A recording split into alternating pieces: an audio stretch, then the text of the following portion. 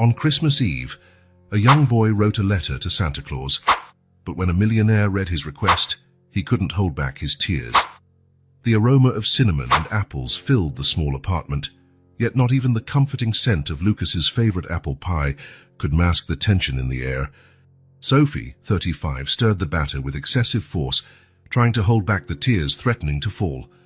Lucas, only 10 years old, watched his mother from the kitchen table, his brown eyes attentive, taking in every tense movement. He knew something was wrong, very wrong. "Mom," he called hesitantly. "Are you okay?" Sophie froze for a moment, then forced a smile that never reached her eyes. "Of course, come, sweetheart. I'm just a little tired." But Lucas knew his mother. He knew every worried crease, every forced smile. And he knew this wasn't just tiredness. "Is it about work?" he asked, his voice small but determined. Sophie's sigh sounded like a balloon deflating. She put down the spoon, turned and faced her son, her shoulders slumped in defeat. "Lucas, I lost my job today." The silence that followed was deafening. Lucas felt as if the ground had been pulled out from under him. But Christmas is next week," he exclaimed, his young mind struggling to process the information. Sophie knelt in front of her son, holding his small hands in hers. "I know, my love. We'll figure something out, okay? We always do." But for the first time, Lucas did not believe his mother's words.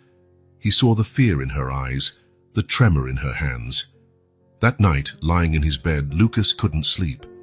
Through the crack in the door, he heard Sophie's muffled sobs in the living room. His heart ached. His mother, always so strong, was breaking, and he felt powerless. Then he had an idea. Silently, Lucas got up and went to his desk. By the dim light of his lamp, he began to write, his tongue poking between his teeth in concentration. "Dear Santa Claus, I know I usually ask for toys, but this year is different. My mom lost her job and she's very sad. She always takes care of me, bakes the best apple pie in the world, and hugs me when I'm scared. Please, Santa Claus, all I want for Christmas is a job for my mom. She deserves to be happy. I promise to be the best boy in the whole world if you can make this happen. With hope, Lucas." He reread the letter several times, making sure every word was right. Then he folded it carefully and placed it in an envelope. The next morning, while Sophie still slept, exhausted after a night of crying, Lucas slipped out quietly. The winter cold bit at his face, but he didn't care. Determined as cement, he walked to the mailbox at the corner. He stood on tiptoe, reaching the slot. For a moment, he hesitated. What if it didn't work? What if Santa Claus couldn't help? But then he remembered his mother's tired face, the tears she tried to hide. With a trembling sigh, Lucas pushed the letter through the opening. The metallic sound of the letter falling echoed in his ears like a promise of hope, of a miracle. "Please," he whispered to the cloudy sky, "please let this work." He hurried back home, his heart pounding with expectation and secrecy. Upon entering, he found Sophie in the kitchen, preparing breakfast. "Good morning, my love," she smiled, and Lucas noticed that despite her puffy eyes, there was a glimmer of determination in them. "How about pancakes today?" Lucas hugged his mother tightly, feeling the warmth and love emanating from her. "I love you, Mom," he murmured against her apron. Sophie kissed the top of his head, surprised by the intensity of the hug. "I love you too, my little one." As he helped his mother with breakfast, Lucas couldn't help glancing out the window, imagining his letter traveling to the North Pole. In his heart, a spark of hope had been lit. Maybe, just maybe, this year's Christmas would bring more than just presents under the tree. Maybe it would bring a miracle. And so, with the smell of pancakes in the air and the sound of his mother's laughter filling the kitchen, Lucas began counting down the days until Christmas, each moment filled with childish faith and expectation. Little did he know that his small letter was about to set off a chain of events that would change not only his and Sophie's life, but also that of a stranger who never imagined they existed. Marc Dubois watched the city through the panoramic window of his top-floor office.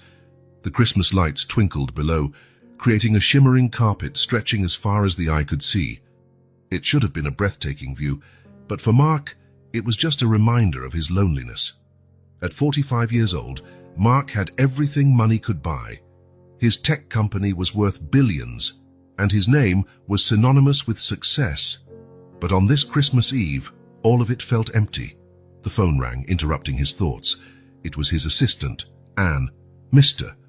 Dubois, I'm calling to remind you about the charity event tonight." Mark sighed. He had almost forgotten. "Thank you, Anne. I'll be there." He hung up and straightened his tie in the window's reflection. For a moment, he saw not the successful businessman, but the 12-year-old boy who spent his first Christmas alone in an orphanage. He shook his head, pushing the memory away. An hour later, Mark parked his luxury car in front of a modest building. The faded sign read, "Star of Hope Community Center." Upon entering, he was greeted by Marie, the center's director, an older woman with gray hair and a warm smile. "Mr. Dubois, I'm so glad you could make it." "The children are so excited," Mark forced a smile. "It's a pleasure to be here, Marie." As they walked through the halls decorated with handmade ornaments, Marie explained the night's activities. "We have a tradition here. The children write letters to Santa Claus, and volunteers read them aloud. Then we try to fulfill some of their wishes." Mark nodded distractedly, his gaze caught by colorful drawings on the walls. Children holding hands, Christmas trees, smiling families, images of a world he had never truly known. "Mr. Dubois?" Marie's voice brought him back. "Would you like to read some letters?" He hesitated. The idea of exposing himself emotionally made him uncomfortable, but something in Marie's hopeful look made him give in. Sure, why not? Soon, Mark found himself sitting in a large red chair, surrounded by eager children. He picked up the first envelope from the pile in his lap, feeling strangely nervous. The first letters were typical: requests for toys, video games, bicycles. Mark read them mechanically, his smile not reaching his eyes. Then he got to Lucas's letter. "Dear Santa Claus," Mark began, his voice firm. But as he read, something changed. His voice started to falter. "My mom lost her job and she's very sad. She always takes care of me, bakes the best apple pie in the world and hugs me when I'm scared." Mark felt a lump forming in his throat. Images of his own childhood flooded his mind. Lonely nights, Christmases with no presents, the desperate longing for a mother's hug. "Please, Santa Claus, all I want for Christmas is a job for my mom. She deserves to be happy." The words blurred. Mark blinked rapidly, trying to hold back tears. The silence in the room was palpable, every child and adult absorbed by the emotion in his voice. "I promise to be the best boy in the whole world if you can make this happen." The last sentence was almost a whisper. Mark lowered the letter, his hand trembling slightly. For a moment, no one moved or spoke. Then a little girl in the front row asked softly, "Mr. Santa Claus, are you going to help Lucas's mom?" The innocent question hit Mark like a punch to the gut. He looked at the hopeful faces around him, feeling the weight of their expectations. He began, his voice hoarse. He cleared his throat and tried again. "Santa Claus always does his best to help those in need." The children smiled, satisfied with the answer, but Mark barely noticed them. His mind kept returning to Lucas and his mother. The rest of the evening passed in a blur. Mark read a few more letters, handed out presents, smiled for pictures, but his thoughts kept drifting back to Lucas and his mom. When he finally said goodbye to Marie and the children, it was already past midnight. The cold night air hit him as he left, but he hardly felt it. Sitting in his car, Mark held Lucas's letter, rereading it by the dashboard light. "She deserves to be happy." The words echoed in his mind. How many times as a child had he wished the same for himself? How many letters had he written, begging for a family, for love, for a place to call home? Mark closed his eyes, feeling the weight of years and missed opportunities. But he also felt something else, a spark of purpose, a chance to make a difference. With a determination he hadn't felt in years, Mark picked up his phone. "Anne, sorry for calling so late. I need you to do something first thing in the morning. Find everything you can about a boy named Lucas and his unemployed mother." The letter came through the local mail, so they must be in the city. He hung up, his heart pounding with a mixture of anxiety and hope. For the first time in a long time, Mark did not feel alone. He had a purpose, a mission. Looking at the sleeping city, Mark made a silent promise, not just to Lucas and his mother, but to the lonely boy he once was. "I will make this right," he whispered to the night. "Somehow, I will make this right." With that promise, Mark started the car, leaving the community center behind, but carrying a new determination and perhaps the beginning of his own healing. Mark's office was immersed in tense silence the next morning. He had barely slept, his mind filled with plans and possibilities. Lucas's letter, now carefully stored in his drawer, felt as heavy as a ton of bricks. Anne entered, her usual efficiency slightly shaken by the unusual urgency of Mark's request. "Good morning, Mr. Dubois. I have some preliminary information about the case you asked about." Mark straightened in his chair, anxious. "What did you find out?" "Well, it wasn't easy. There are several families in the area that fit the description. Single mothers, children around age 10. But I've narrowed it down to 3 possibilities." Mark frowned. 3 was better than nothing, but still not enough. "We need more, Anne. Use all the resources we have." Anne hesitated. "Sir, this may involve some unconventional methods of obtaining information." "Do what it takes," Mark said, his voice firm. "Within legal limits, of course." As Anne left to continue the search, Mark leaned back in his chair and closed his eyes. His determination to help Lucas and his mother consumed him. But why? Why had this particular letter affected him so deeply? The answer came in the form of a long-buried memory. Mark, at 11 years old, sitting on a narrow bed in the orphanage. It was Christmas Eve, and while the other children exchanged modest gifts, he was alone. In his hands, a crumpled piece of paper, a letter he never sent. "Dear Santa Claus, I know I'm too old to believe in you, but I have no one else to ask. Please give me a family, someone who loves me. I promise to be the best son in the world." Silent tears fell on the words written in childish handwriting. That night, Mark swore he would never again be so vulnerable, so hopeful. He would never again believe in fairy tales or Christmas miracles. The sound of his phone brought him back to the present. It was Anne again. "Mr. Dubois, I think we've found them. Sophie Moreau, 35 years old, single mother of Lucas, 10 years old. She lost her job last week at an accounting firm that suddenly closed." Mark's heart raced. "Address?" Anne hesitated. "Sir, perhaps we should discuss the best approach before—" "The address!" "Anne," Mark interrupted, his voice a mix of anxiety and authority. Reluctantly, she provided the information. Mark jotted it down quickly, thanked her, and hung up. Now that he had the address, Mark found himself paralyzed. What would he do next? Show up at their door? Send a letter? How would he explain his knowledge of their situation without appearing intrusive, or worse, frightening? Again, memories invaded his mind. Mark, at 15, working his first part-time job. His meager salary went almost entirely into a shoebox hidden under his bed at the orphanage. "One day," he promised himself every night, "one day I'll have enough to leave this place, to have a life of my own." The promise of independence kept him going, day after day, year after year. Back in the present, Mark stood up abruptly. He couldn't simply give Sophie money. That wouldn't solve the long-term problem, and more importantly, it wouldn't give her the dignity and independence she deserved. He needed a better plan, something that offered a lasting solution, not just a temporary fix.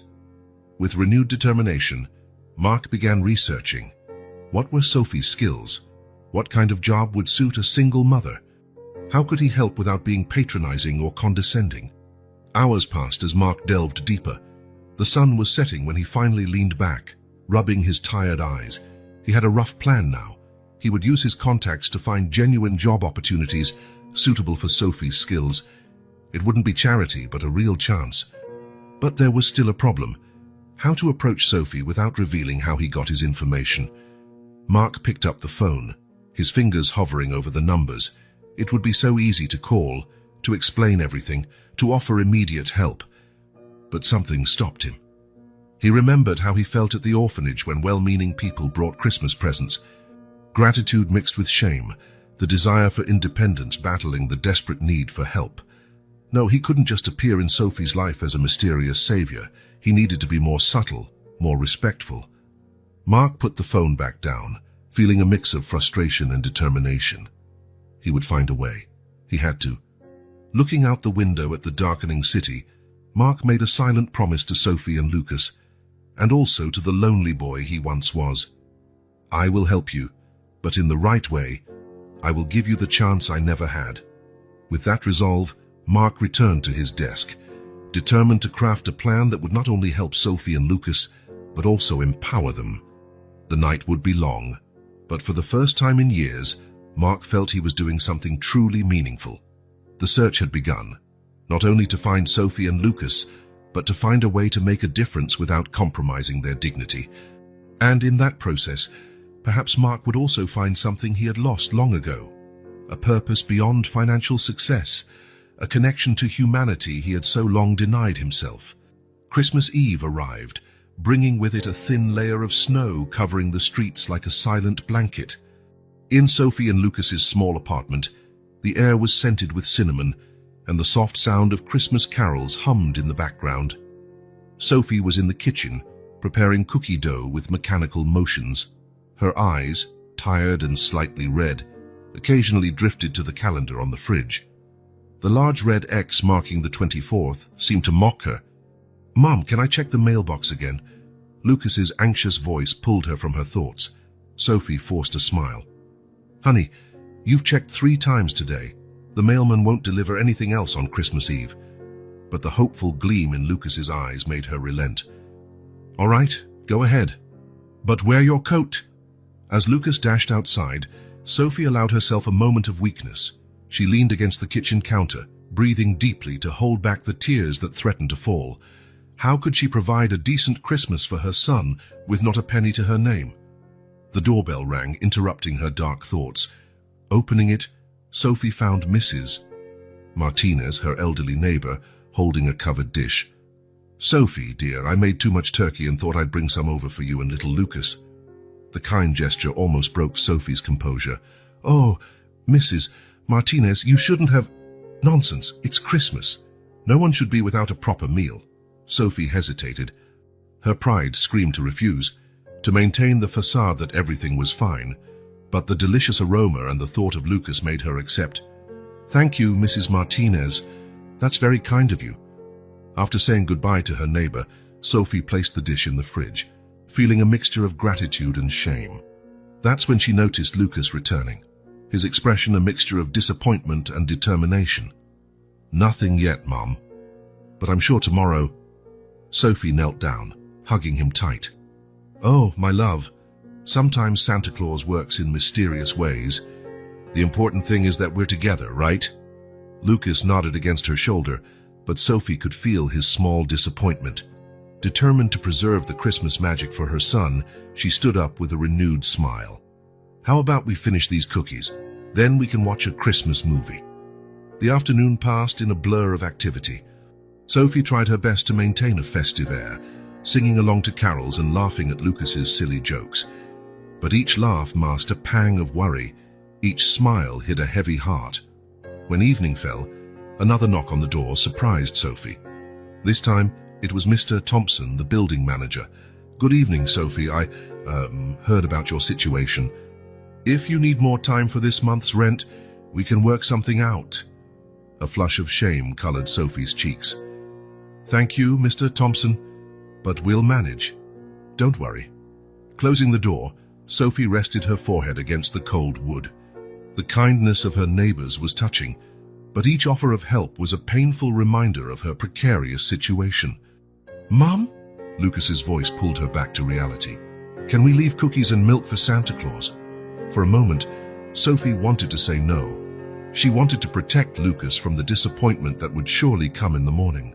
But the hopeful look on his face stopped her. "Of course, my love. Let's get everything ready." Together, they set out a plate of freshly baked cookies and a glass of milk. Lucas insisted on writing a small note. "Thank you for everything. Santa Claus, with love, Lucas." After tucking Lucas into bed, Sophie felt the weight of the day crash down on her shoulders. She returned to the living room. gazing at the small Christmas tree in the corner with just a few modest gifts underneath.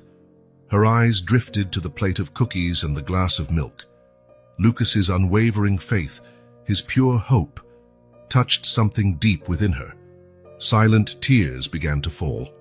Sitting on the couch, Sophie allowed herself, for the first time in weeks, to really feel. The job loss, the mounting bills, the fear of an uncertain future, all of it hit her like a wave. Yet, in the midst of the emotional storm, a resolution formed. For Lucas, she would find a way. She would overcome this, as she always had. Wiping her tears, Sophie stood and went to the tree. She took out a small wrapped gift she had hidden and placed it under the branches. It wasn't much, just a little toy car she had saved from when Lucas was younger, but it was something. Returning her gaze to the cookies, Sophie had an idea. She took one of them and bit into it, leaving visible teeth marks. She took a sip of the milk, leaving a bit less in the glass. Santa Claus was here, she whispered to herself, a sad smile playing on her lips. Before going to bed, Sophie stopped by Lucas's room. He slept peacefully, a slight smile on his innocent face. She leaned over and kissed his forehead. "Merry Christmas, my little one," she murmured. "Tomorrow will be a better day.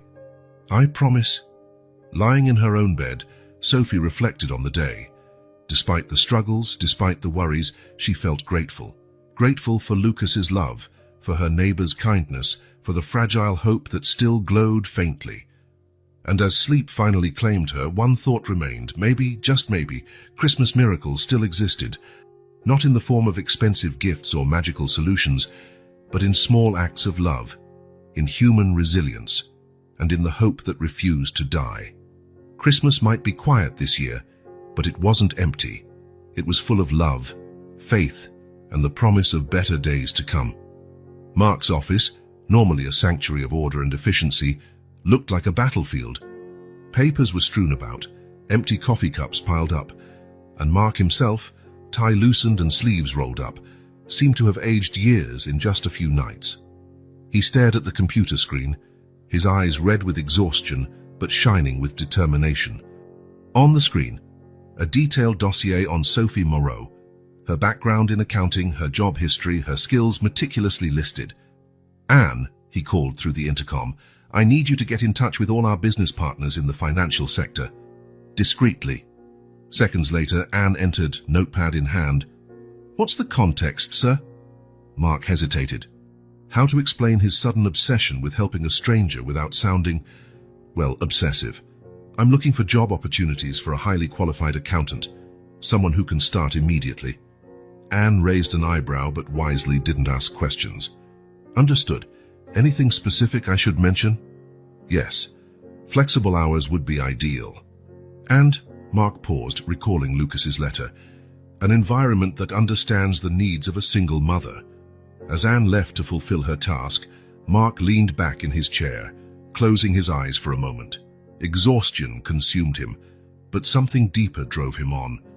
Every time he thought of giving up, he remembered the hopeful image of a young boy writing to Santa. Suddenly, a memory struck him. Mark at 16 sitting before a recruiter in a shabby office. The man looked at his skimpy resume with skepticism. "Look, kid, we don't have anything for someone with no experience." Mark's desperation was palpable. "Please, sir, I learn fast. I'll do anything. I just need a chance." The recruiter sighed, a flicker of compassion in his eyes. "All right, there's a warehouse job that needs a helper. It's not glamorous, but it's a start." That single chance changed everything for Mark. Back in the present, Mark opened his eyes, a new resolve filling him. He would be that recruiter for Sophie, the one who looked beyond the paper and gave her the chance she deserved. Hours passed in a blur of phone calls, emails, and virtual meetings. Mark used every contact, every favor he could call in, but he didn't just want a job for Sophie, he wanted the right job. Finally, around midnight, Anne entered the office again. "Mr. Dubois, we have 3 promising possibilities." Mark reviewed the options, his heart racing. All were legitimate positions in reputable companies. All offered flexibility and benefits perfect for a single mother. But how to present these opportunities to Sophie without raising suspicion? How to explain his knowledge of her situation without seeming invasive? Mark ran a hand through his hair, frustrated. Every plan felt artificial or potentially frightening. Then, an idea began to form. "Anne," he called, a new energy in his voice. "I need you to create an identity for me, a profile of an independent recruiter." Anne looked at him, confused and concerned. "Sir, I'll introduce myself personally to Sophie Moreau, as a recruiter who heard about her situation through community connections. Mr. Dubois, with all due respect, this seems risky." Mark stood, pacing back and forth. I know, but it's the only way. I need to see for myself, understand who she is. I need—" He stopped, words catching in his throat. Needed what? To see Sophie's face, to hear her voice. Why had this self-imposed mission become so personal? Anne observed her boss with a mix of worry and understanding. In all her years working for Mark, she'd never seen him so human. "I understand, sir. I'll prepare everything. But may I suggest something?" Mark nodded, grateful for the stability Anne's efficiency always provided. "Perhaps it's better to wait until after Christmas. Give her and her son a day of peace before bringing up the job situation." Mark felt a wave of gratitude for his assistant. Of course, he'd been so focused on helping that he forgot the humanity of the gesture. "You're absolutely right, Anne. Thank you." As Anne left to prepare his new identity, Mark found himself alone with his thoughts. What was he really doing? Was it genuine altruism or a desperate attempt to correct the wrongs of his past? He remembered countless Christmas nights, spent alone, years longing for a family, for someone who cared. And now, here he was, a successful man, but still as lonely as the boy in the orphanage. Maybe, Mark reflected, this wasn't just about helping Sophie and Lucas. Maybe it was about reconnecting with his own humanity, about remembering what really mattered in life. With a deep sigh, Mark made his final decision. He would introduce himself to Sophie as Pierre Dubois, an independent recruiter. He would offer the job opportunities, but also be prepared for any reaction, suspicion, refusal, even anger. Above all, he would be genuine.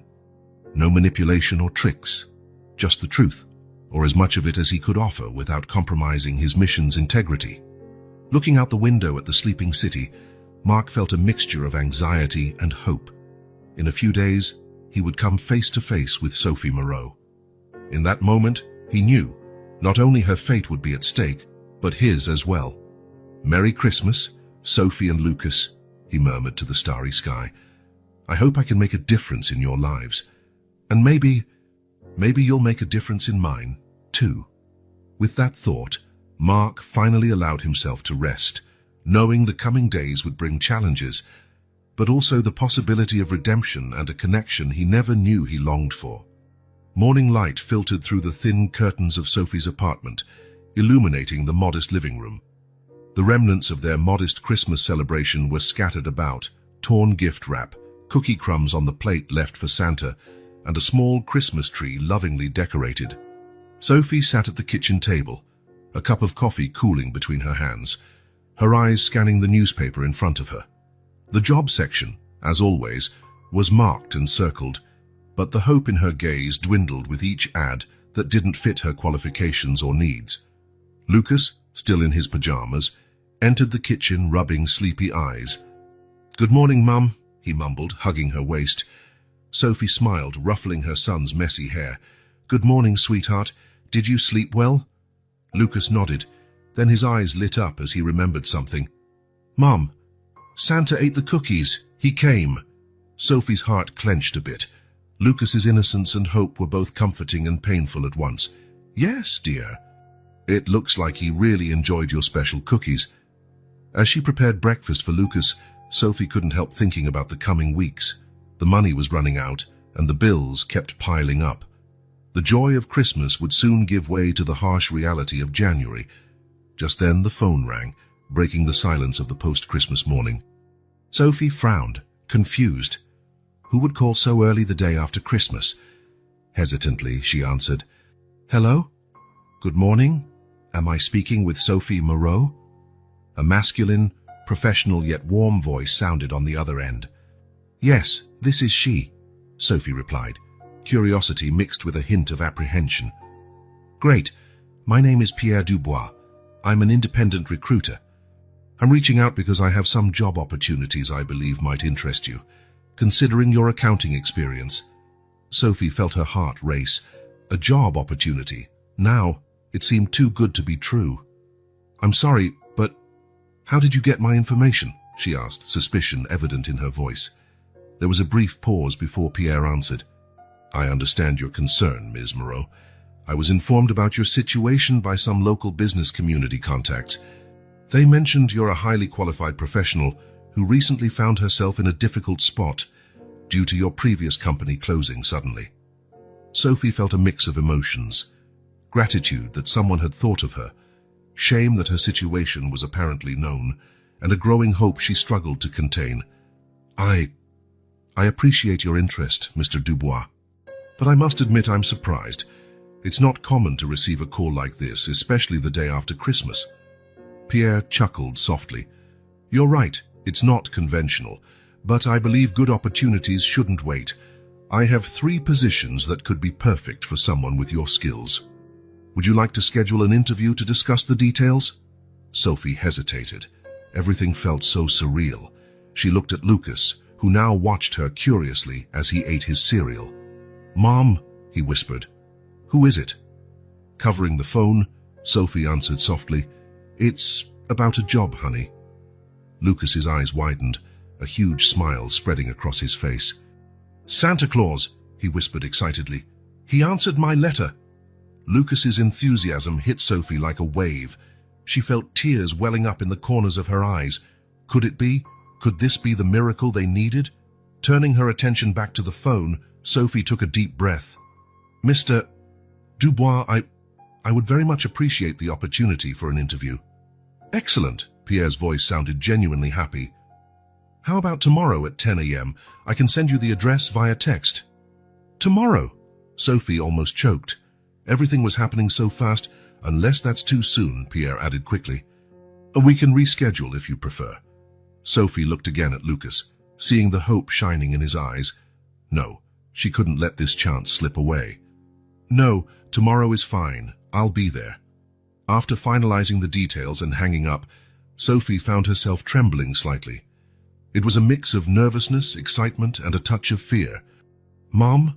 Lucas's voice brought her back to reality. "What happened?" Sophie knelt beside his chair, holding his small hands. "Well, my love, it looks like I have a job interview tomorrow." Lucas's shout of joy echoed through the apartment. "I knew it. I knew Santa Claus would help. He read my letter." Sophie felt her heart tighten.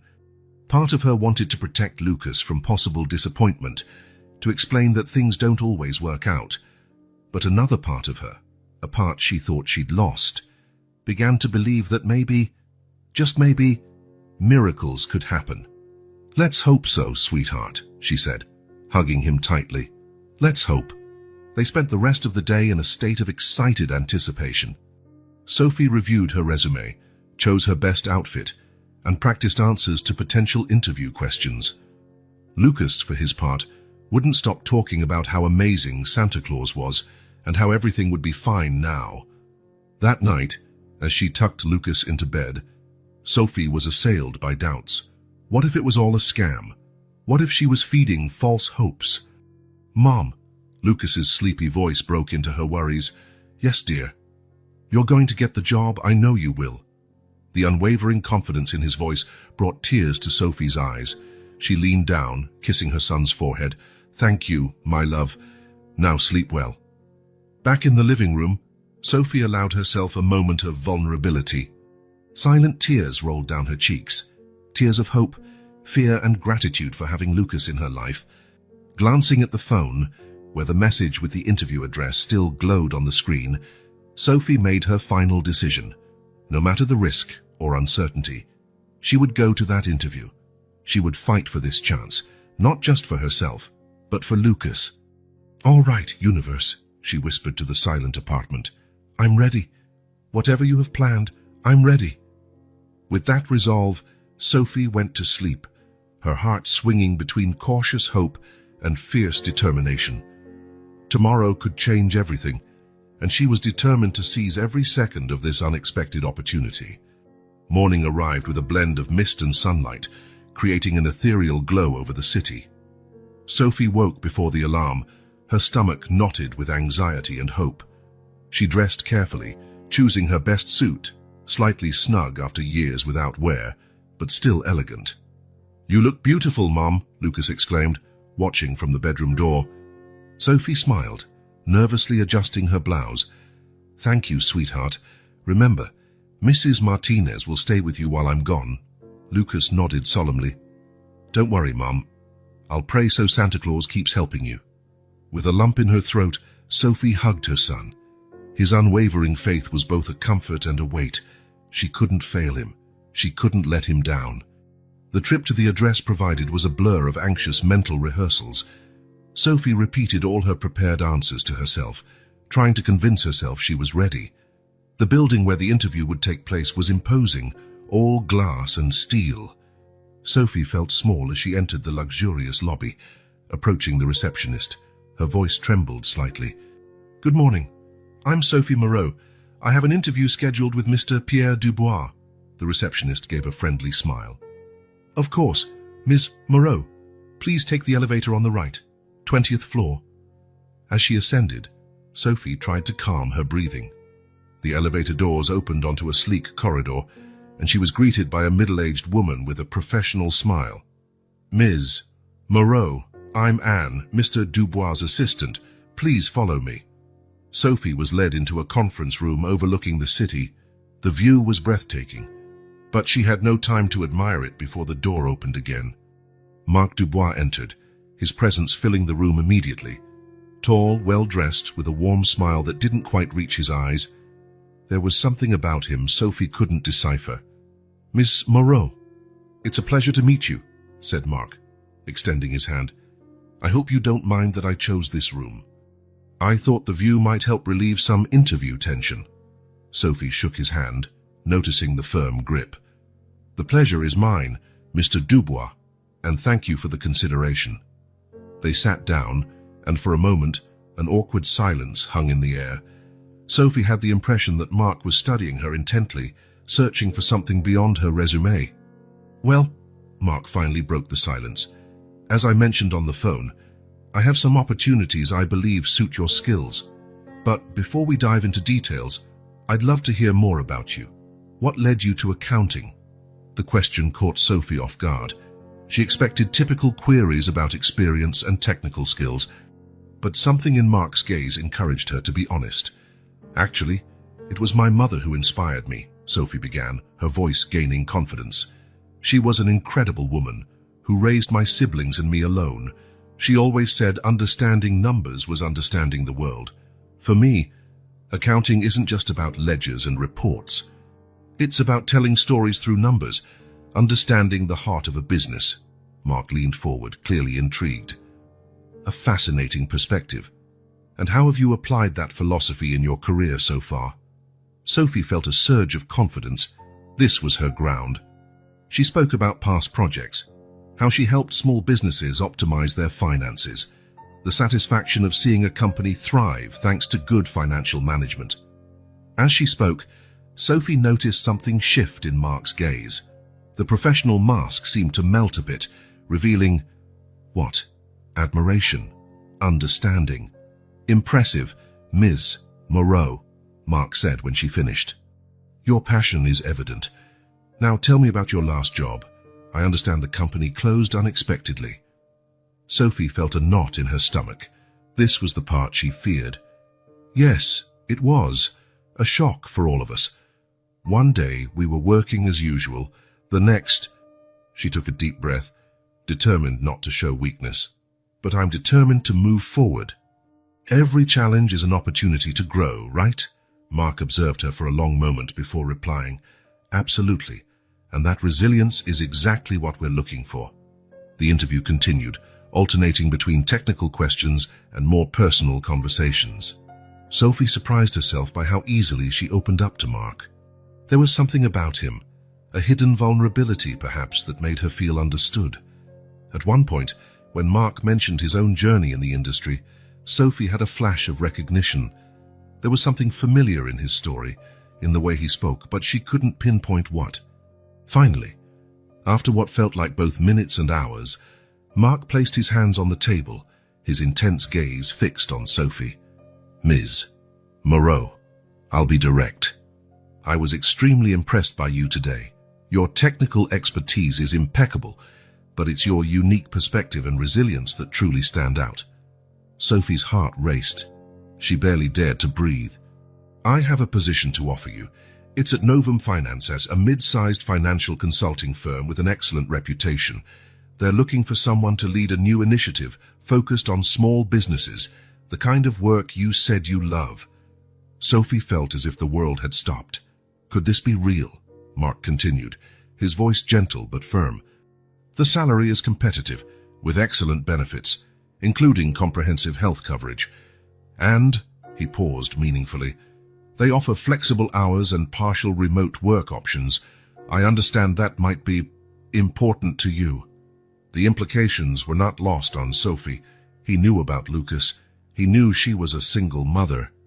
Instead of feeling exposed, Sophie felt a wave of gratitude. This man, this stranger, genuinely seemed to care about her well-being. "Mr. Dubois, I don't know what to say," Sophie finally managed, her voice choked with emotion. "This seems too perfect to be true," Mark completed with a compassionate smile. "I understand your hesitation, but I assure you it's a legitimate offer. In fact," he took a folder from his briefcase, "here are all the position details, including a preliminary contract. Take it home, review it, ask questions. I want you to feel completely comfortable before making a decision." Sophie took the folder with trembling hands. It was heavy, solid, a real anchor in a moment that felt like a dream. "Thank you," she whispered, tears threatening to fall. "I don't know how to thank you." Mark stood, his gaze softening. "No need to thank me, Ms. Moreau.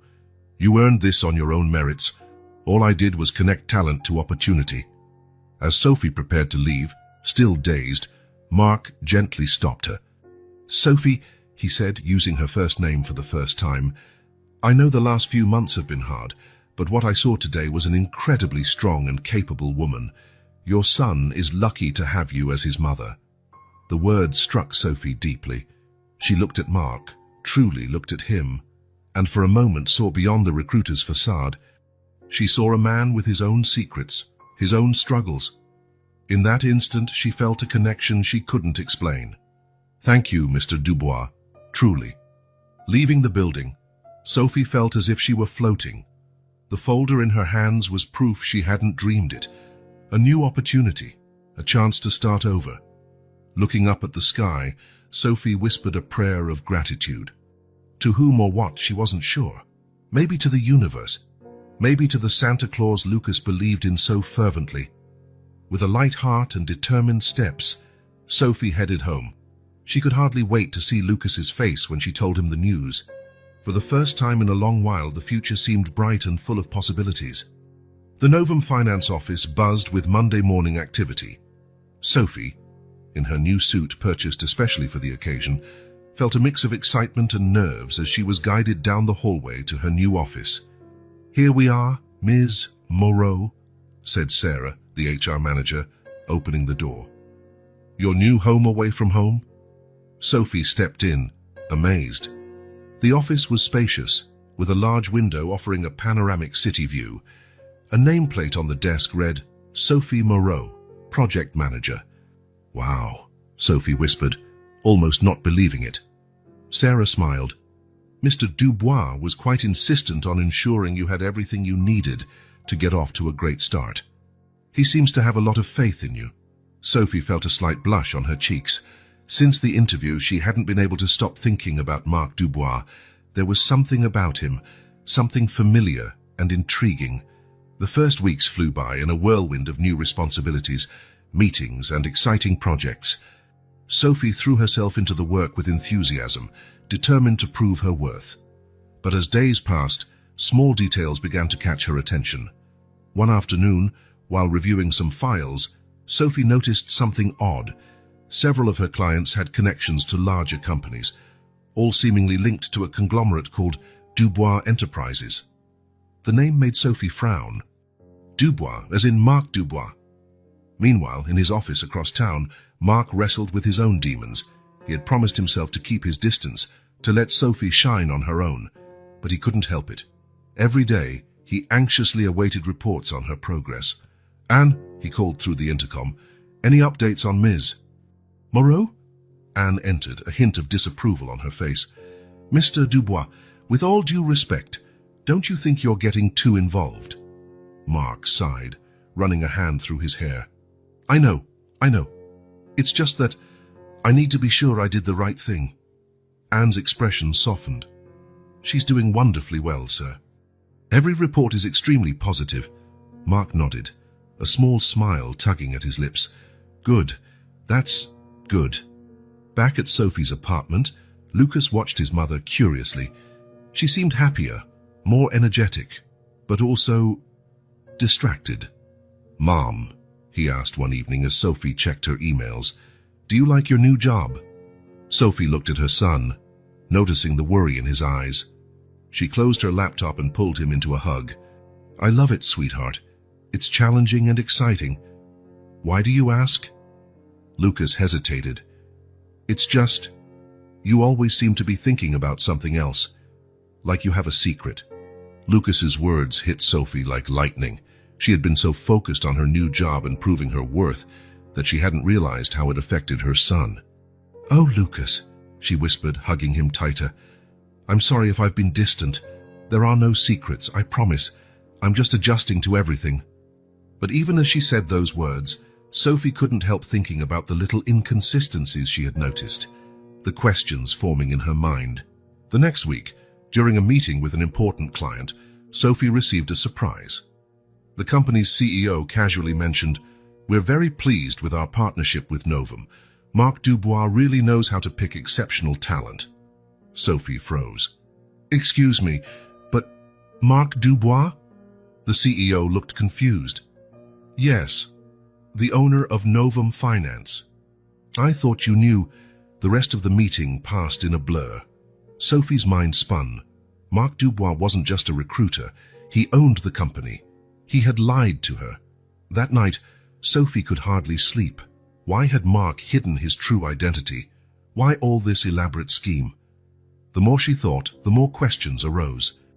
Early the next morning, determined to find the truth, Sophie arrived at the office before anyone else. She began digging through files, connecting dots, searching for any information that might clarify Marc Dubois' mystery. Then she found something that made her heart stop. An old newspaper article, buried in a digital archive. "Orphan Boy Becomes Millionaire, the inspiring story of Marc Dubois." The photo showed a much younger Marc, but unmistakably him. The article detailed his journey from an orphanage to becoming one of the country's most successful businessmen. Sophie felt as though the floor had disappeared beneath her feet. Everything started to make sense. The connection she felt, the familiarity in his eyes, his unexpected generosity. But why? Why had Marc gone to such lengths? At that moment, as if summoned by her thoughts, the door to Sophie's office opened. Marc Dubois entered, his face worried and guilty. "Sophie," he began, his voice trembling, "I think we need to talk." Sophie stood slowly, the article still in her hands. Their eyes met, and in that moment, all the lies and pretenses fell away. "Yes, Mr. Dubois," she said, her voice surprisingly calm. "I believe we do." The air between them was heavy with tension, secrets about to be revealed, and the promise of a conversation that would change everything. Sophie knew that after this, nothing would be the same. The trust she'd placed in Marc, the gratitude she felt, all of it was now in question. As she braced herself to hear Marc's explanation, Sophie couldn't help thinking of Lucas, of how she would explain all this to him. The Santa Claus he believed in had become a flesh and blood man, with his own motivations and secrets. The moment of truth had arrived, and Sophie was determined to face it head-on, no matter what came next. Sophie's office, once a symbol of her new beginning, now felt suffocating. She and Marc faced each other, silence hanging between them, heavy with questions unasked and truths untold. Sophie was the first to break the silence, her voice trembling slightly but firm. "Who are you really, Mr. Dubois? Or should I say the owner of Novum Finance?" Mark closed his eyes for a moment, as if gathering courage. When he opened them again, Sophie saw guilt and determination mingled there. "You're right, Sophie. I haven't been entirely honest with you. I am Mark Dubois, CEO of Dubois Enterprises, which includes Novum Finance." Sophie felt as if she'd been punched in the stomach. Even though she had discovered part of the truth, hearing it confirmed hurt. "Why?" she asked, voice barely above a whisper. "Why all this deception? Why choose me?" Mark took a step forward, his hands raised in a pleading gesture. "Sophie, please let me explain. It all started with your son's letter." Sophie's eyes widened. "Lucas's letter? How?" "I was doing volunteer work at a charity event on Christmas Eve. I read Lucas's letter asking Santa Claus for a job for you. It touched me deeply." Mark then told Sophie about his own childhood in an orphanage, about how Lucas's letter reminded him of his own unfulfilled Christmas wishes, and how it had stirred something inside him. "I wanted to help, Sophie. But I knew if I approached you as Mark Dubois, the millionaire, you'd likely refuse out of pride or see me as just another rich man trying to buy goodwill. I wanted to give you a fair chance, based solely on your merits." Sophie listened silently, her mind a whirlwind of emotions. Part of her understood Mark's intentions, but another part felt deeply betrayed. "You had no right," she finally said, her voice shaking with restrained anger. "You had no right to toy with our lives like that, to make me believe I'd earned this on my own, when in fact it was all part of your charity experiment." Mark looked genuinely hurt by her words. "No, Sophie, you misunderstand. Everything you achieved here was by your own merit. I only opened the door, but you proved your worth every day." Sophie shook her head, tears of frustration threatening to spill. "How can I believe you now? How can I trust anything you say?" Just then, a small noise drew both their attention. The office door was ajar, and there, eyes wide and full of tears, stood Lucas. "Lucas!" Sophie exclaimed, horrified that her son had overheard part of the conversation. "What are you doing here?" Lucas stepped into the room, trembling. I wanted to surprise you. Mrs. Martinez brought me, but now..." He looked from Sophie to Mark, his lower lip trembling. "I ruined everything, didn't I? Because of my letter." Sophie's heart shattered at the sight of her son's devastated expression. She knelt down, pulling him into a tight embrace. "No, my love, you didn't ruin anything." Mark stepped forward cautiously, not wanting to intrude, but unable to hold back. "Lucas, your letter was a gift. You did nothing wrong." Sophie looked at Mark, a mix of emotions in her eyes. Straightening up, she made a decision. "Mr. Dubois, I appreciate everything you've done for us, but I can't continue like this. I can't work or live with this lie hanging over us." Mark looked alarmed. "Sophie, please don't do anything rash. Your job here, your achievements, they're real." But Sophie was resolute. "I'm sorry, but I need time to process all this, to decide what's best for me and Lucas." Taking Lucas's hand, Sophie headed for the door. Before leaving, she turned one last time to Mark. "Thank you for the opportunity, Mr. Dubois, but I think it's best if we go our separate ways now." With that, she left, leaving Mark alone in the office, his expression a mixture of regret and despair. In the elevator, Lucas looked at his mother, tears in his eyes. "Mom, I'm so sorry. I just wanted to help." Sophie knelt down, cupping her son's face in her hands. "Lucas, you did nothing wrong. You're the best thing that ever happened to me, and nothing will change that." As they left the building, Sophie felt as if the world was spinning. She had just given up her dream job, an opportunity that could have changed their lives. But the feeling of having been deceived, manipulated, even with good intentions, was too much. That night, lying in her bed, Sophie cried silently. Tears of frustration, anger, but also a strange gratitude. Because despite everything, Mark Dubois had shown her what she was capable of. He had given her a glimpse of a better future. But now, that future seemed distant again. Sophie knew she would have to start over, find a new path. And this time, it would be on her own, Without millionaires with good intentions or magical letters to Santa. With a deep sigh, Sophie made a promise to herself and Lucas. They would overcome this together. And whatever future awaited them would be built on truth and mutual trust. The road ahead would be hard, but Sophie was determined to face it head-on with Lucas by her side. Because in the end, she realized the true Christmas miracle wasn't the job or the opportunity, but the love and strength they shared as a family. The days following Mark's revelation were a whirlwind of emotions for Sophie. She oscillated between anger at the manipulation, reluctant gratitude for the opportunity given, and a deep sense of loss. The apartment, once filled with hope for a new start, now felt stifling under the weight of silence and unspoken words. Sophie spent hours sitting at the kitchen table, obsessively reviewing the events of the past months. Every memory, every interaction with Mark, now carried a new meaning. She felt foolish for not having noticed earlier, and that wounded pride fueled her anger. "How could I have been so blind?" she muttered to herself, hands gripping a cup of cold coffee. Yet in moments of clarity, Sophie couldn't deny the positive impact Mark had on their lives. The job, even if obtained through questionable means, had restored her confidence and shown her what she could accomplish. And Lucas had smiled more in the past weeks than he had in months before. That thought led her to look toward her son's bedroom. Lucas had become unusually quiet since the incident at the office.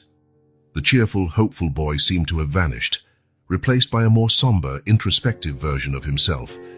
Across the city, Mark Dubois faced his own demons. Sitting in his luxurious office, he barely touched the work in front of him. His thoughts were constantly on Sophie and Lucas. "I messed everything up, Anne," he confessed to his assistant, who watched him with a mix of sympathy and exasperation. "I just wanted to help, and I ended up causing more pain." Anne sighed. "Sir, your intentions were good, but sometimes the road to hell is paved with good intentions." Mark nodded sadly. "I know, but I can't just give up on them. I need to fix this somehow." He picked up his phone several times throughout the days, fingers hovering over Sophie's number, but never pressing call. What could he say? How could he explain that, in his clumsy attempt at doing good, he had grown attached to them in a way he hadn't expected? Back at Sophie's apartment, Lucas lay on his bed, staring at the ceiling. Guilt consumed him. In his child's mind, this was all his fault. If he hadn't written that letter, if he hadn't wished so hard for a miracle, none of this would have happened. He could hear his mother in the kitchen, the occasional muffled sob reaching his ears. Each tear from Sophie felt like a stab to Lucas's heart. Then an idea began to form in his mind. If he had caused this, then it was his responsibility to fix it. He had to find Mark, explain everything, make him understand that Sophie deserved the job, that she was amazing and talented. With a determination only a 10-year-old could have, Lucas began to plan. He waited until Sophie finally went to bed, exhausted from crying. Then, silently, he packed his backpack, stuffing a few clothes and his piggy bank inside, and wrote a hurried note. "Mom, I went to fix things. Don't worry. I love you. Lucas." With his heart pounding, he slipped out of the apartment. The night was cold and Lucas shivered, pulling his coat tighter. He didn't know exactly where Mark lived, but he remembered the name of the company, Dubois Enterprises. Walking through the dark streets, Lucas felt a mixture of fear and determination. Every shadow seemed threatening, every noise made him jump.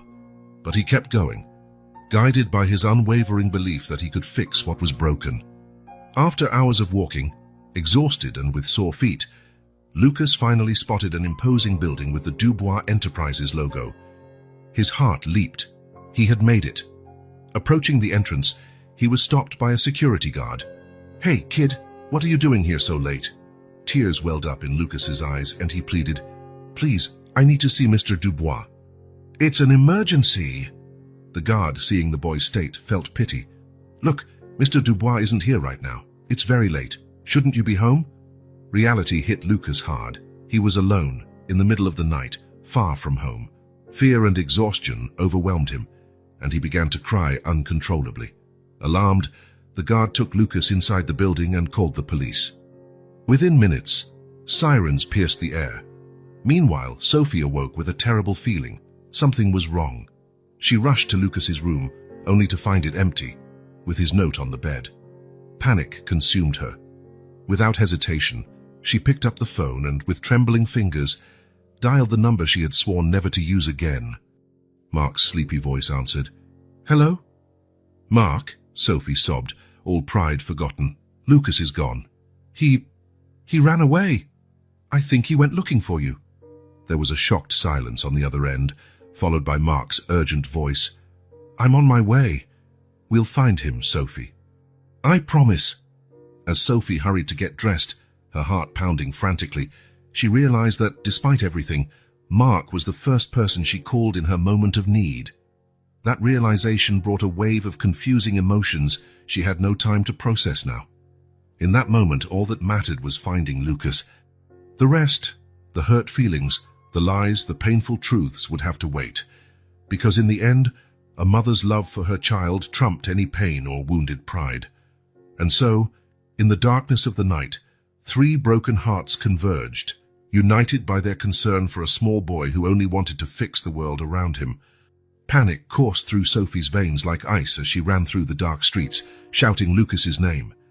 Every shadow, every alley seemed threatening, hiding her worst fears. Not far behind her, Marc Dubois coordinated a large-scale search operation. His face, usually composed, was marked by worry and guilt.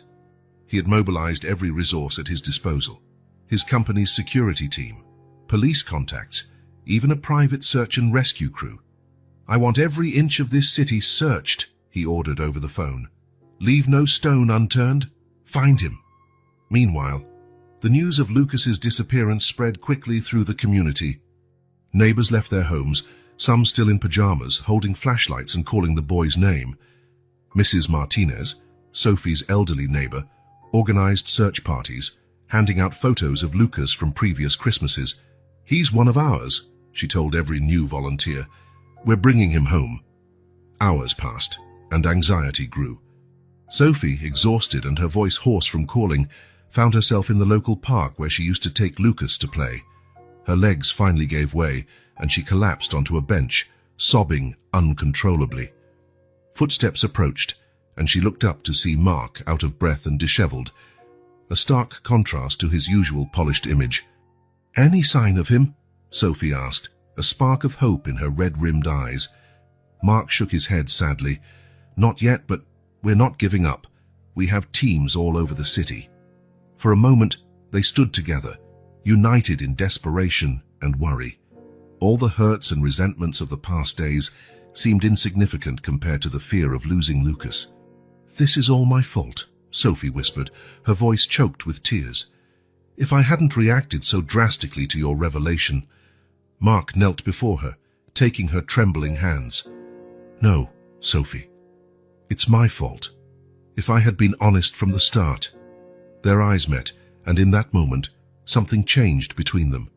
A mutual understanding, a silent forgiveness. Suddenly, a quiet, familiar sound reached Sophie's ears, a muffled sob coming from somewhere close by. She stood abruptly, senses on high alert. "Lucas," she called, her voice trembling with hope and fear. Another sob, slightly louder this time. Sophie and Mark exchanged quick glances before running toward the sound. There, huddled beneath a large oak tree, was Lucas. His face was dirty with tears and dirt, his body shaking with cold and exhaustion. "Lucas!" Sophie shouted, rushing toward her son. The boy looked up, his eyes widening at the sight of his mother and Mark. For a moment, he seemed ready to run again, but then he simply collapsed into sobs. Sophie wrapped him in her arms, tears of relief streaming down her face. "Oh, my love, my baby, you're safe now." Mark approached cautiously, not wanting to intrude but unable to contain his own emotion. Lucas, still sobbing in his mother's arms, looked at Mark with guilt and fear. I only wanted to fix things. I thought if I talked to you, Mr. Dubois, I could make everything right again." Mark knelt down beside them, his voice gentle. "Lucas, you didn't need to fix anything. None of this was your fault." Sophie pulled back slightly, cupping Lucas's face. "Why did you do this, sweetie? You scared us so much." Lucas lowered his eyes, his voice barely a whisper. "I heard you crying every night, Mom, and I thought it was all because of my letter to Santa. If I hadn't asked for a job for you, none of this would have happened." Sophie's heart broke at her son's words. She hugged him even tighter, rocking him gently. "Oh, Lucas, my love, you didn't do anything wrong. Your letter was an act of pure, beautiful love." Mark, feeling he should say something, added, "Lucas, your letter reminded me of what's truly important in life. You didn't cause problems. You brought light." Lucas looked from his mother to Mark, confused but hopeful. "So, you're not mad at me?" "Never," Sophie said firmly. "We were worried, scared, but never angry. We love you more than anything." Mark nodded, surprised by the emotion in his own voice. "And I'm sorry for making things complicated. All I wanted was to help, but I ended up causing more trouble." Sophie looked at Mark, truly seeing him for the first time in days. She saw the regret in his eyes, the genuine concern, and felt her anger melt away. "Maybe we all made mistakes," she said softly. "But what matters is that we're all here now, safe." Lucas, still trembling slightly, looked between the two adults. "So, everything's going to be okay now." Sophie and Mark exchanged glances, a silent understanding passing between them. "Yes, sweetheart," Sophie answered, stroking Lucas's hair. "We're going to make everything okay." Mark stood, offering a hand to help Sophie and Lucas up. "Let's get you both home. You need rest, and we have a lot to talk about in the morning." As they left the park, Mark made quick calls to inform everyone that Lucas had been found. The news spread fast, and soon the streets were filled with relieved neighbors, some even crying with joy. Mrs. Martinez was the first to reach them, wrapping Lucas in a tight hug. "Oh, thank God, don't scare us like that again, young man." Lucas, exhausted but safe in his mother's arms, just nodded, mumbling an apology. When they finally arrived at Sophie's apartment, adrenaline began to fade, leaving everyone exhausted. Mark hesitated at the door, unsure if he should enter. Sensing his hesitation, Sophie said gently, "Please, come in. I think we all need a cup of tea and a good conversation." Mark nodded gratefully, following them inside. While Sophie put Lucas to bed, whispering words of comfort and love, Mark waited in the living room, his mind a whirlwind of emotions. He knew the next few hours were crucial. There was much to say, much to clarify. When Sophie returned, her eyes were tired, but there was a new determination in them. "Thank you," she said simply. "For everything you did tonight." Mark shook his head. "No need to thank me. I care deeply about both of you, Sophie, more than I expected or understood." Sophie sat beside him on the couch, a deep sigh escaping her lips. "I think we all learned some hard lessons in these past weeks." Mark nodded, his voice low and sincere. "I promise you, Sophie, from now on only the truth. No more secrets, no more games. If you'll give me a chance, I'd like to do things the right way this time." Sophie studied him for a long moment, weighing his words. Finally, a small smile touched her lips. "I think we all deserve a second chance. But this time, let's build something based on honesty and mutual trust." Mark felt a huge weight lift from his shoulders. That's all I could ask for. As the night wore on into the early morning, Sophie and Mark talked, truly talked, for the first time. They shared stories, fears, hopes. Gradually, the walls they'd built began to crumble. In the next room, Lucas slept peacefully, exhausted but safe. And in the living room, two adults who had lost themselves in their own good intentions began to find their way back, not just to each other, but to a better version of themselves. As the first rays of morning sun filtered through the window, Sophie and Mark exchanged a look of mutual understanding. The road ahead wouldn't be easy, but together, with honesty and compassion, they would face whatever came next. The night of fear and searching had turned into a morning of hope and new beginnings. Morning arrived quietly, sunlight streaming through the apartment's curtains. The aroma of fresh coffee filled the air, mixing with the palpable tension in the living room. Sophie, Mark, and Lucas were seated in an uncomfortable semicircle. Lucas Yee still exhausted from the night before, snuggled close to his mother on the couch. Mark sat in an armchair opposite them, his restless hands betraying his nerves. "I think we have a lot to talk about," Sophie began, her voice soft but firm, and this time, without half-truths or omissions. "We all deserve complete honesty." Mark nodded, swallowing hard. "You're right, and I think I should start by apologizing. To both of you." He looked directly at Lucas. "Especially you, Lucas. I never meant to cause so much trouble and worry." Lucas, eyes still red from crying, mumbled, "It's okay, Mr. Dubois. I'm sorry I ran away." Sophie hugged her son tighter. "Sweetheart, you have nothing to apologize for. You acted out of love, even if it scared us." She then turned to Mark. "But you, Mark, I think you owe us a full explanation. Why all the elaborate charade? Why not just offer help directly?" Mark took a deep breath, preparing himself. It was time for the whole truth. "It all began on Christmas Eve," he started, his voice trembling with contained emotion. "I was doing volunteer work, reading letters to Santa Claus at a local charity. It was something I did every year, an attempt to fill a void I've carried since childhood." He paused, gathering courage to continue. "You see, I grew up in an orphanage. I never knew my parents, never had a true home at Christmas." Sophie and Lucas listened attentively, their eyes widening with surprise and compassion. Mark's voice grew steadier. "Every Christmas, I wrote letters to Santa, asking for a family, a home. Year after year, these letters went unanswered. So when I read Lucas's letter," he looked at the boy, a sad smile on his lips, "when I read your selfless wish for a job for your mother, something inside me both broke and healed." Lucas, tears in his eyes, asked timidly, "You never had a real Christmas, Mr. Dubois?" Mark shook his head.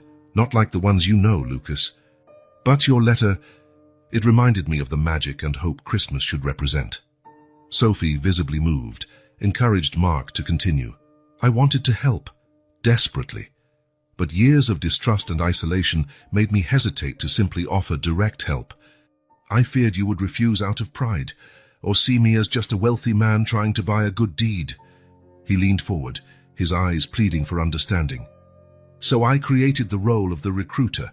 I wanted to give Sophie a real chance, based on her own merits, not charity. I wanted her to see her own worth as I saw it." Sophie's voice was choked with emotion. "But why keep the charade so long? Why not tell me the truth once I started working?" Mark lowered his eyes, ashamed. "At first, it was fear of ruining what we had built. But over time, I realized I was growing attached to both of you in a way I never expected. You became the family I never had, and I was afraid that if the truth came out, I'd lose you." Silence followed, heavy with unspoken emotions. Lucas broke it first. "So, you wanted to be part of our family?" he asked, voice a mix of confusion and hope. Mark looked at the boy, his eyes shining with unshed tears. "I think so, Lucas. Even if I didn't know it at the start." Sophie, who had remained silent, processing everything, finally spoke. Her voice was soft but firm. "Mark, I understand your motivations now, and I appreciate your honesty, but you have to understand how your actions affected us." Mark nodded, guilt clear on his face. "I know, Sophie. And if I could go back—" "But we can't go back," Sophie interrupted gently. "What we can do is move forward. With honesty, this time." Lucas, looking between his mother and Mark, asked hesitantly, "Does that mean we can still be friends with Mr. Dubois?" Sophie smiled softly at her son. "Maybe, honey. But first, we need to set some conditions." She turned to Mark, expression serious. "If we want to try to build something here, be it a friendship or anything else, it has to be on equal terms. I don't want charity. I don't want special favors. I want to earn my place on my own merit." Mark nodded vigorously. "Absolutely. I never wanted anything else, Sophie. Your talent and dedication are undeniable. All I did was open a door. You earned every inch of your success," Sophie continued. "And what about my job at Novum Finance?" Mark hesitated before replying. "The job is yours by right. You've proven your worth time and again. If you want to keep it, it's yours. But I'll fully understand if you prefer to seek opportunities elsewhere." Sophie reflected for a moment. "I love the work, Mark, and it would be foolish to give up such an opportunity out of pride. But I need to know I'll be treated like any other employee. No favoritism, no special treatment.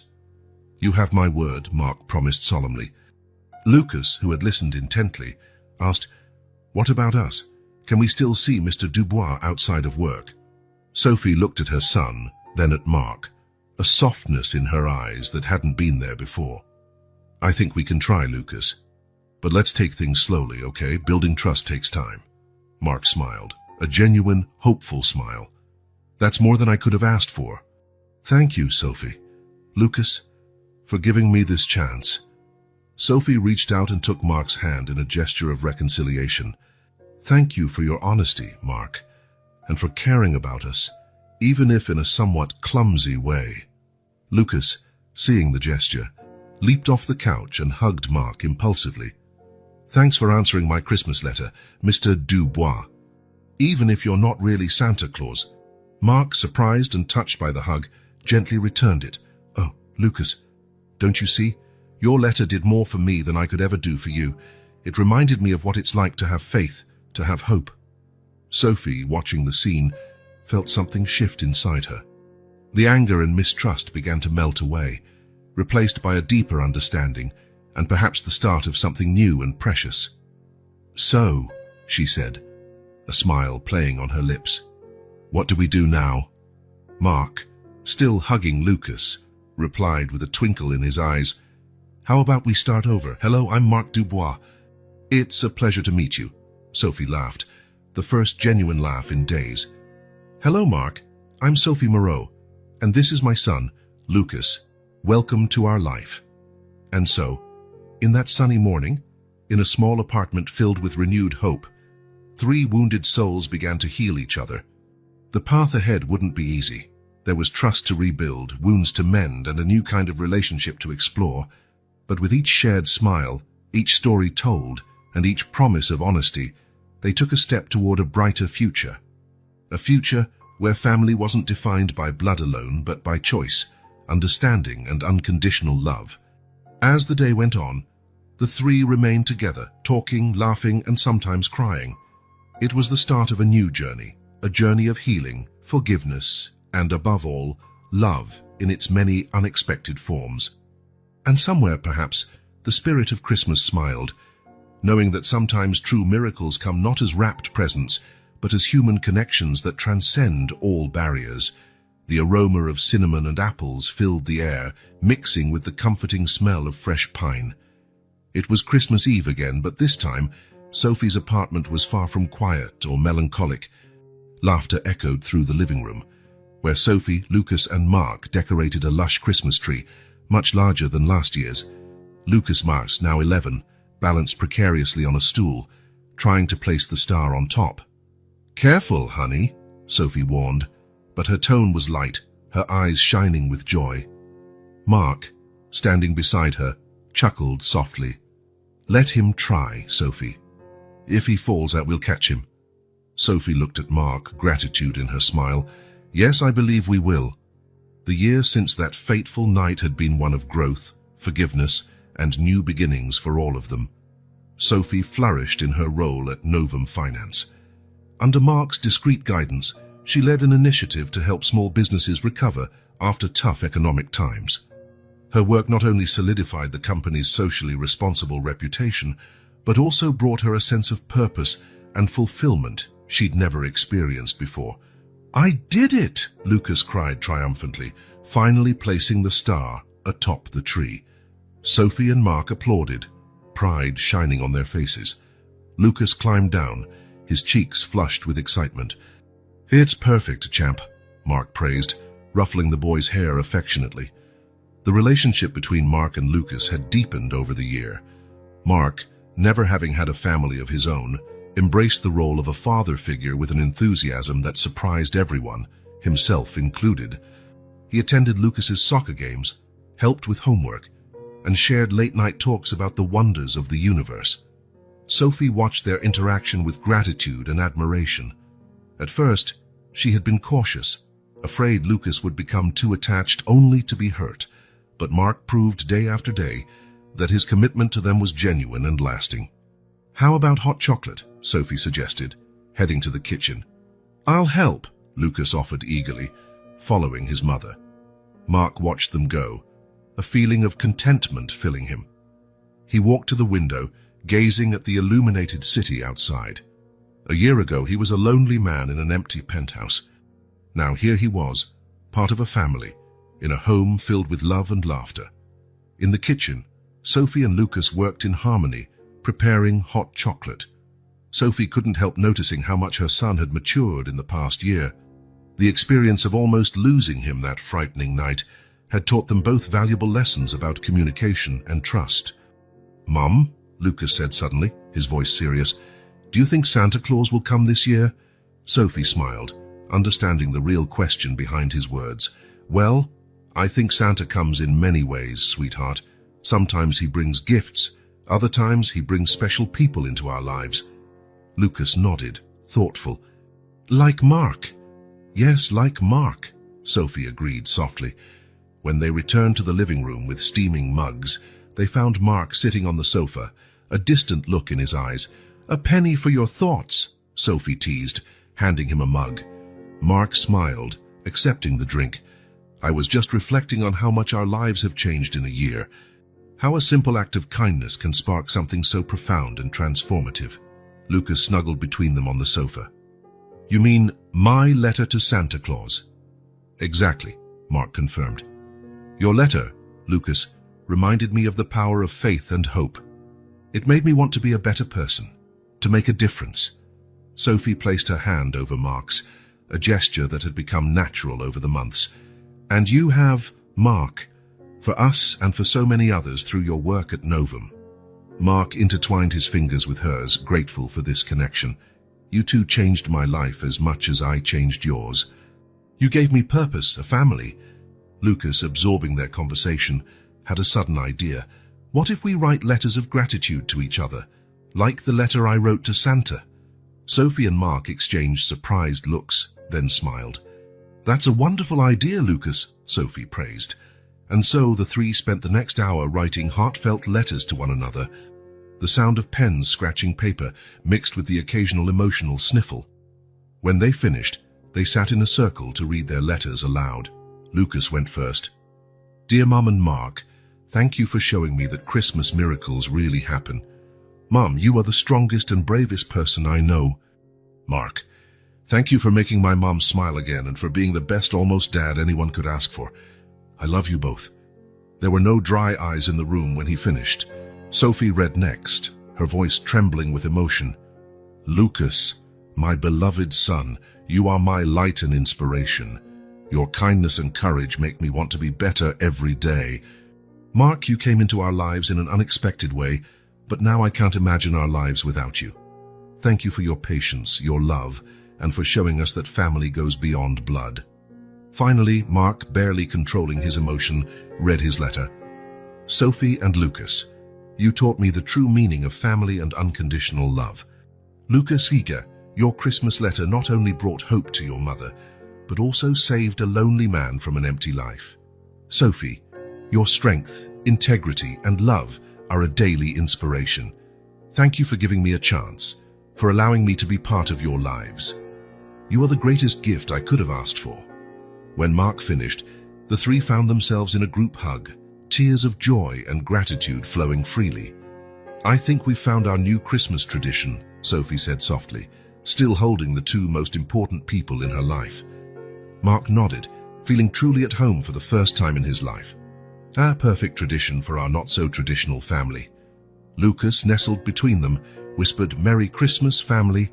And so, as the night wore on and Christmas Eve turned into Christmas morning, the three remained together, sharing stories, laughing, and planning the future. A future bright, filled with love, understanding, and the certainty that sometimes the greatest miracles come in the most unexpected ways.